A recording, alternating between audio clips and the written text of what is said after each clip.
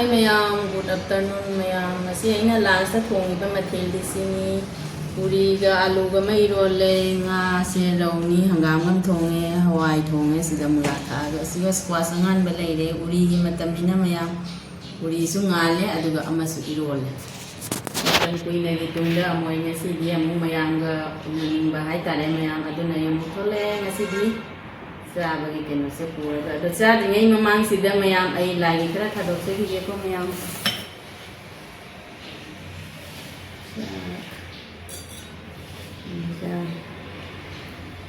ngan ba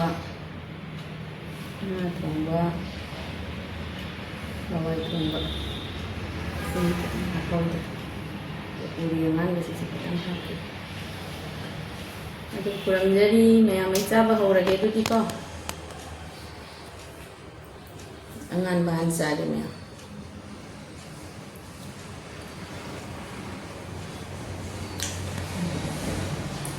angan ba che thum ne haw ra ko angan ma ne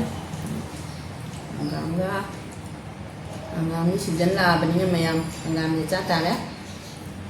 yam ba ja angan ni chao le chi ba ja ri ba si chao ko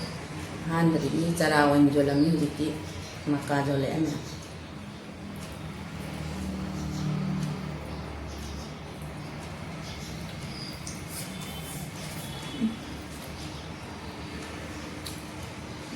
thôi ngon mà nằm chỉ đi mèo là ngon mà nằm chỉ đi tại vì thật chân lé rồi đấy mèo đường mà xuống ra kia rồi nằm ra đi đi hao hầu lại lối trâu thì đi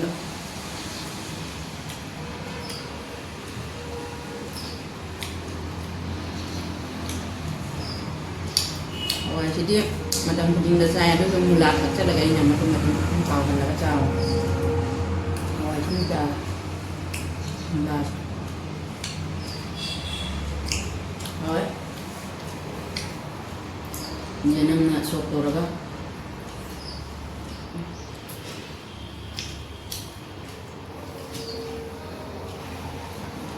Ado mayam ai hidup se nang hidup hai ta ai luong da jaw ro hidup ni atum sina thamme chanang da che khoi chahat ba hai ta re ma pan da se ado ni na luong da jaw ro da ma pa na birak pani na si na si di illage si hidup se ni in mani mayam ka ja bra do